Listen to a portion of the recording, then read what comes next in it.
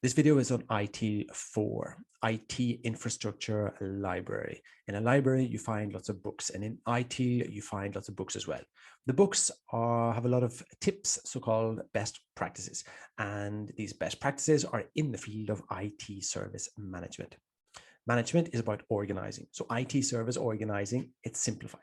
But IT can also be simplified. So let's divide that into two main groups of assets: resources and capabilities. Resources, mostly money. I'm simplifying a lot, but it's mostly money. And capabilities, mostly skills. So IT service management is about organizing our money and our skills to deliver services. And the services cover four main terms: value, outcome, cost, risk. But value isn't something you deliver. It's something that the user experiences. Outcomes is what the user uses the IT services to achieve in their job. So it's the customer's customers. That's what you have to understand in IT service management. How do our customers get something out of what we're delivering? And the idea of that services should cover all of the costs and understand the risks. So IT service management is basically organizing our money and our skills to be able to understand value, outcomes, costs, and risks on everything that we deliver to customers. In ITIL 4, there are 7 principles, and these principles weren't in ITIL 1, 2, or 3. So these are a new set of principles in ITIL 4. And basically, I would say, like anybody that wants to transition or start using or experiencing ITIL, to take these 7 principles and sort of have them as good discussions with colleagues and say, what do these actually mean for us? Number 1, focus on value. So in the ITIL book, it says that everything that you do should in some way lead directly or indirectly to some form of customer value. And if not, eliminate it. Stop what you're doing. Now, the customers can be internal or external. So just remember that it doesn't have to be external, but everything that we do should deliver to some value to somebody.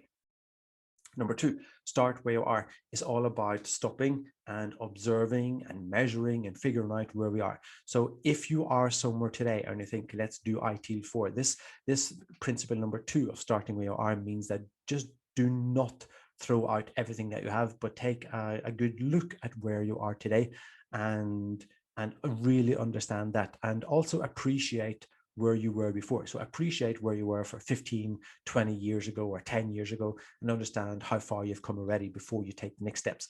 And the next steps lead us to principle number 3, progress iteratively with feedback. Small, easy, manageable steps. This is really like slice the elephant one step at a time, break it up into easily manageable sections, and get feedback from customers, from users, from colleagues. So we want to progress, but we definitely want these small feedback loops all the time. Number 4 is collaborate, which is basically a step beyond cooperate. So collaborate is sort of 1 + 1 = 3, that the sum is greater than the number of parts. And promote visibility that if we have the information available, it's easier to make better decisions. So collaborate with users, collaborate with customers, collaborate across teams. One big criticism of ITIL 3 was that teams that used ITIL 3 actually ended up more silo thinking and not cross teams. So ITIL 4's response to this is we need to collaborate across teams much better.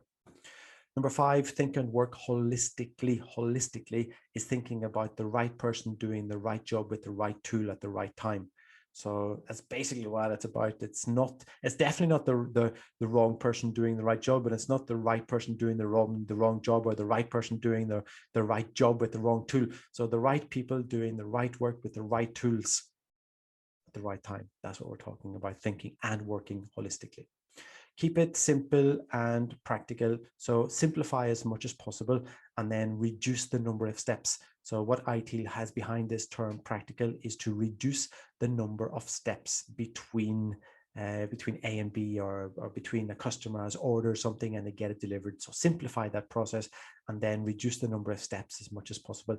And it also leads us into number 7 about optimizing and automate. And optimizing not only processes, but also the angle that I usually come in at to help teams achieve more with ITIL is getting the best out of people. Not the most out of people, but get the best out of people. Get people working with what they like, get them working what they like and what they can actually do, what they're good at doing, and get people like that together to then optimize the work and then automate as much as possible. So remove human intervention. It's basically what I was talking about.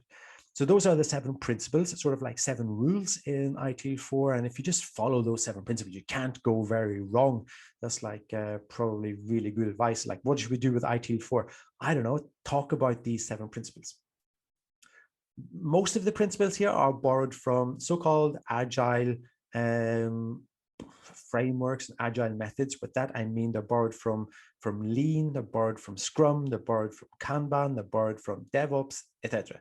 ITIL is looking out and saying what are good, what are organizations that deliver services in a good way, what are they actually using? And they're using Lean, they're using Kanban, they're using Scrum, they're using different agile methods and frameworks. And that's where these principles basically have come from.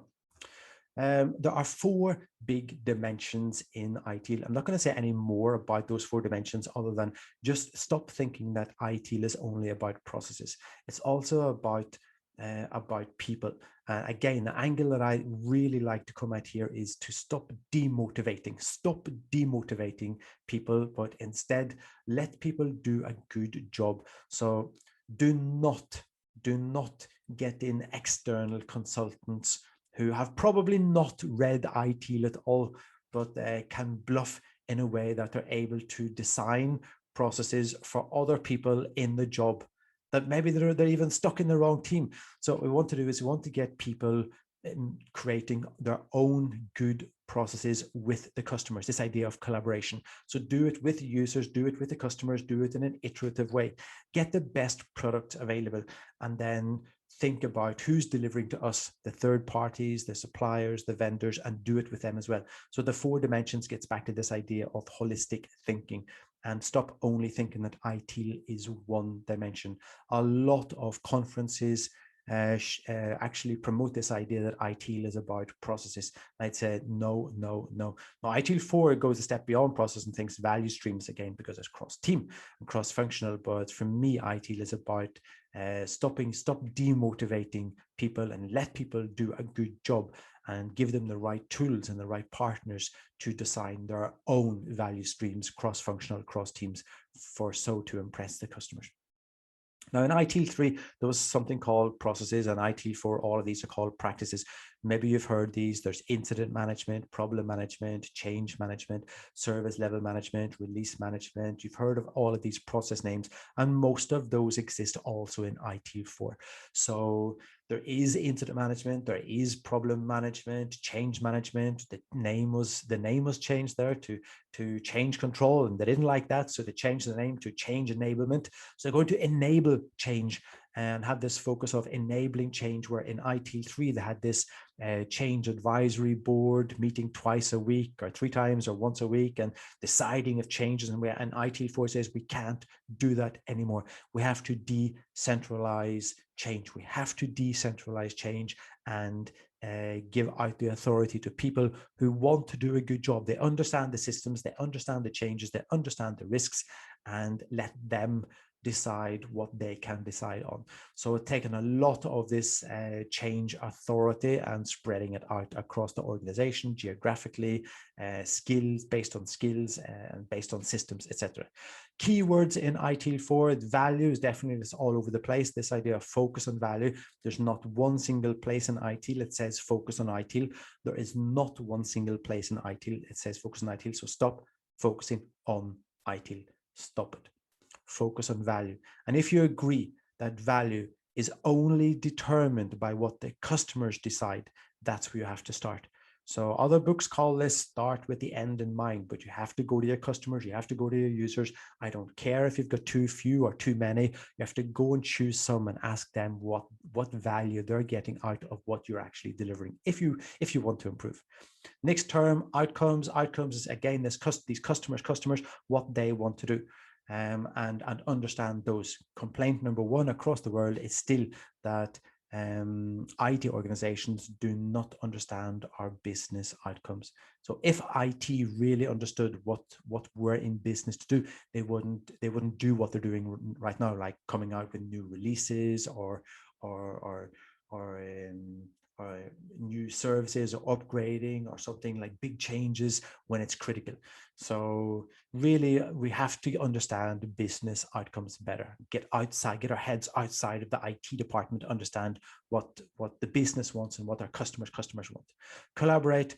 Again, cross-functional. We see this in teams working with DevOps and other agile methods, frameworks, where there's many organizations now working cross-functional, cross teams, and they're focusing on value streams across teams. Empathy is a word that wasn't probably in ITIL 1, 2, or 3, but in ITIL 4, we have this idea of empathy. And we differentiate, of course, between sympathy and empathy. We see somebody fall, sympathy, oh, per you, shit happens. Empathy, that looked tough. Compassion, can I help you? And impress, let me help you in this way. So empathy is like, how can we be more, show more empathy with that our customers? Every single user is still going into job every day and hoping that IT works. Many of them are going into work thinking, I hope that printing works today. I hope that email works today. It wasn't working well yesterday. It was slow yesterday. It was downtime yesterday. So there's still a lot of users all across the world going in every day, just hoping that IT works. And ITIL4 is like, let's get a little bit of empathy going there, what that's actually like for these users to come in and to work around that and with the customers and users. Listening is a key skill all over IT. Listening is a key skill, and I bet you guys all agree. Yes, listening is a key skill. And then we get back to this, but do we train on listening, and how do we listen, and how do we know that we're actually listening to our customers, or users, and to each other? So listening as a key skill, mentioned a lot in ITIL4, and the idea of trust, building up a lot of trust between people, between teams, and between the IT organization and the customers, how to build up trust. So, and throughout the whole of ITIL4, we have the continual improvement, the focus on continual improvement. So it has the 6 steps of continual improvement model, which is basically find out where you're going long-term, figure out where you are now, then figure out the short-term goal, and then do the short-term goal, and then check that you've made the short-term goal, and then go back to step number 3 and create another short-term goal. And to simplify that, if anybody's ever played golf, I don't even care if it's like golf on your mobile phone, you understood how to do the continual improvement. So it's figure out the long shot and then break the long shot up into smaller shots. Do a small shot, figure out where you are, and then do the next small shot. It's just a lot of times, a lot of people are trying to do that long shot. Instead of using 4 shots to get up to the flag, they're going to think, oh, we can get this in 1. If we do it right, if we hit the ball really hard, we can do it in 1 really good shot. And they put all of their focus into 1 shot, and the ball goes way off to the right into the water, or way off to the left into the forest. People disappear, you never see them again, and they're getting lost in ITIL. So make it really simple, and always, as much as possible, keep it as practical as possible. Go visit your customers, visit your users, and ask them, how can we impress you? Listen to what they say, take as much as what they say, get it down, listen to it, and then as much as possible, start impressing your customers by the tips in ITIL.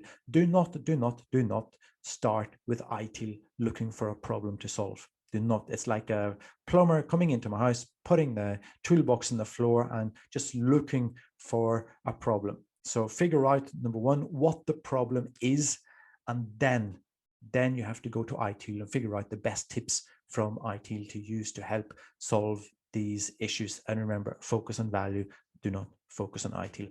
And behind everything, have as much fun as possible.